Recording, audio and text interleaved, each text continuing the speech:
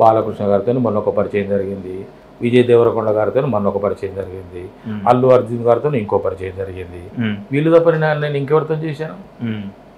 అవకాశం వస్తే వాళ్ళతో చూస్తే వాళ్ళ యొక్క వైఖరి ఎలాగ ఉంటుంది అన్నది నేను గమనించగలను. ఓకే. సో డైరెక్టర్స్ గురించి సార్ ఫైనల్గా ఎవరి డైరెక్షన్లో సినిమా చేయాలి, చిన్న క్యారెక్టర్ అయినా సరే మంచి క్యారెక్టర్ చేస్తే ఆత్మసంతృప్తి అనేది ఉంటుంది, పేరుక పక్కన పెట్టేసేయండి. సో అలాంటి డైరెక్టర్ ఎవరు మీకు మీకు మీ దృష్టిలో? తెలియదు ఎవరు వస్తారో నాకు. నన్ను పరీక్షించే దర్శకుడు ఎవరు వస్తారో చూడాలి. నన్ను పరీక్షించి నన్ను సానబట్టి నా నుంచి ఒక అద్భుతమైనటువంటి ఒక పాత్రకు ప్రాణప్రతిష్ఠ చేసేటటువంటి పరిస్థితిని ఏ దర్శకుడు తీసుకొస్తారో చూడాలి. అతనే నా దర్శకుడు. ఓకే. అటువంటి దర్శకుడిని ఆనందింపజేయాలని, ఆయన నుంచి మనస్ఫూర్తిగా బాగా చేశారని నేను అనిపించుకోవాలనేది నా కోరిక. ఒక నటుడికి ఇంకా అంతకంటే ఎక్కువ ఏం కావాలి వాస్? నటుడు అనేవాడికి అది కావాలి. అందరు నటులు గారు సార్. తెర మీద కనిపించిన వాళ్ళంతా నటులు గారు. సినిమాల్లో చేయాలి, సీరియల్స్లో చేయాలి, నటన మీద దృష్టి పెట్టాలి, తెర మీద కనిపించాలనుకునే వాళ్ళందరూ నటులు గారు. హైదరాబాద్లో 1,40,000 మంది ఉన్నారు, 1,40,00,000 మంది ఉన్నారు. అందరూ ప్రముఖులు గారు కదా, కొంతమంది ప్రముఖులు ఉంటారు కదా. అట్లా నటన అనేది చాలా కష్టతరమైన కళ అని నా భావన. అది వాస్తవం కూడా. నేను దాన్ని ఆ విధంగానే చూస్తాను. అల్లటప్పగా తీసుకొని ఆ పాత్ర. అందుకే నేను వచ్చిన పాత్ర, ప్రతి పాత్ర నేను ఎందుకు అంగీకరిస్తున్నాను? అది నా అదృష్టం. ఒక పాత్ర నన్ను వెతుక్కుంటూ రావడం అనేది, ఒక దర్శకుడు నన్ను వెతుక్కుంటూ, ఒక నిర్మాత నన్ను వెతుక్కుంటూ నా దగ్గరికి రావడం అనేది ఎంత గొప్ప అదృష్టం అండి.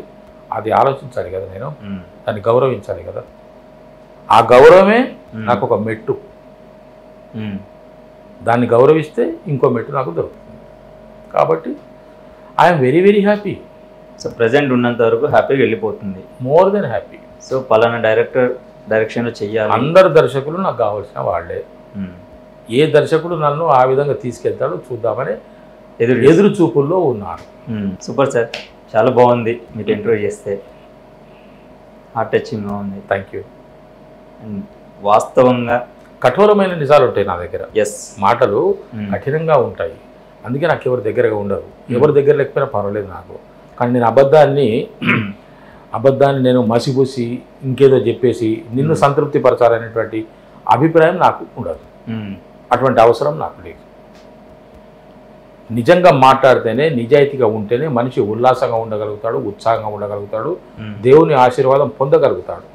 నీవు మోసం చేస్తున్నంత కాలము ఇతరులను మోసం చేస్తున్నానని నీవు అనుకుంటున్నావు, కానీ నిన్ను నీవు మోసం చేసుకుంటున్నావు అనే సంగతిని గ్రహించాలి. దేవుని సంతృప్తి పరచడానికి మనం పూజలు చేయక్కర్లేదు, తపస్సులు చేయక్కర్లేదు, ధ్యానాలు చేయక్కర్లేదు.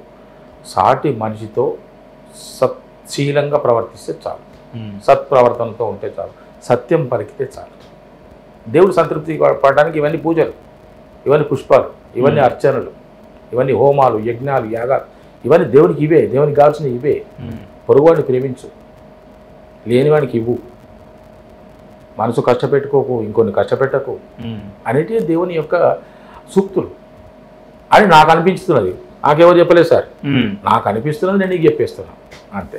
నువ్వు నాకు అనిపించినావు కాబట్టి నేను నీకు చెప్తున్నా. సందర్భం వచ్చింది కాబట్టి, నలుగురు వింటున్నారు కాబట్టి, ఎవరన్నా ఏమన్నా అనుకోని, కానీ నా మనసులో ఉన్న మాట నేను చెప్పాను. నువ్వు నాకు అవకాశం ఇచ్చినావు, ఎంత గొప్ప విషయం. Thank you sir. GK talk షోలో అద్భుతమైన విషయాలు పంచుకున్నారు మాతో. నేను ఓన్లీ సినిమాకి సంబంధించి, మీ సినిమా కెరీర్కి సంబంధించి అనుకున్నాను.